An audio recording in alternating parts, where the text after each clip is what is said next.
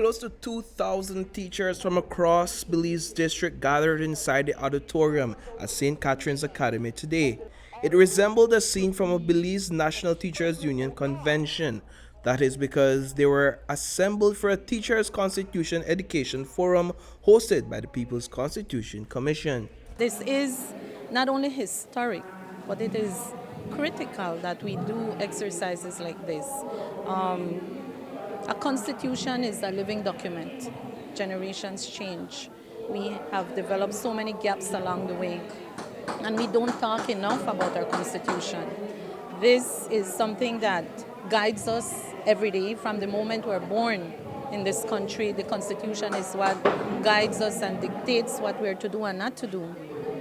But yet we don't open the book to know what it is that really guides us. Ruth Showman, the president of the Belize National Teachers Union, raised the fact that education does not appear as a right in the Constitution of Belize.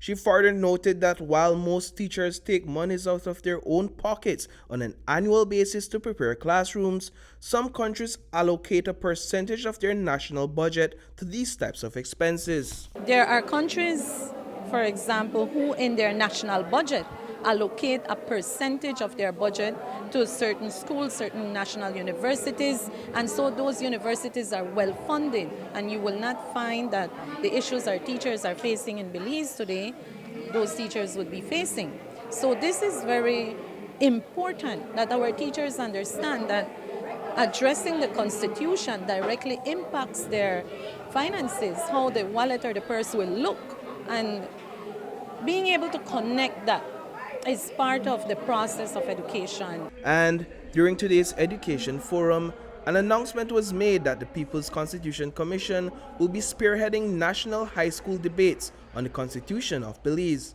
Anthony Chanona, the chairman of the People's Constitution Commission, gave us the details. The Belize National Teachers Union is an important stakeholder simply because they interact with over 100,000 of our young people, our students.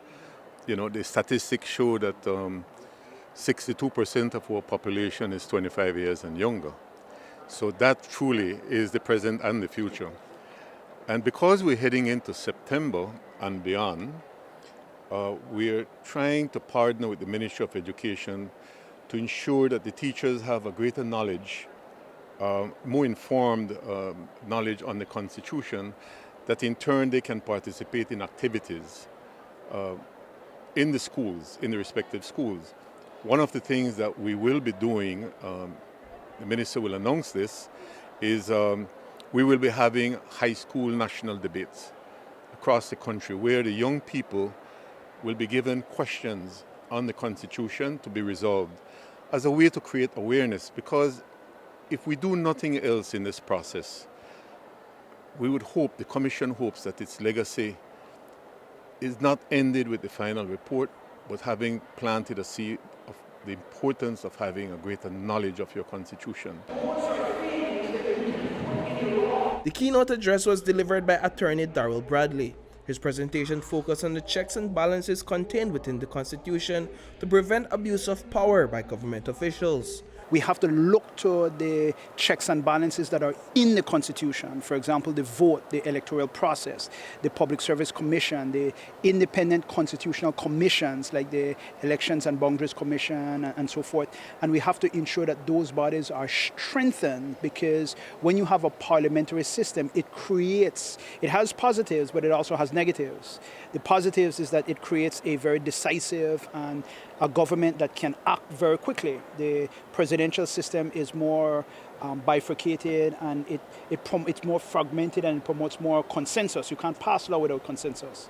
That itself also has challenges. But when we deal with a parliamentary system, we have to be conscious in making sure the Constitution is designed in such a way that they are very powerful, recognizable and distinct checks and balances that the political directorate cannot interfere with. Otherwise, we're going to have some of the realities that we see in our society. And according to Schumann, good governance is an issue at the top of BNTU's list of priorities when it comes to constitutional reform. In comparing an education forum like this to a strike action, both of which gives teachers an opportunity to speak their minds, Schumann says the two platforms are equally important. Both are important. We will never undermine the power of a strike. That's a part of what unionism is. This is important. This is where our individual voices can be heard through the survey. So filling out those surveys are going to be very important to individualize our needs, our wants, our demands. And so to me, both are very equally important. Reporting for News 5, I am Paul Lopez.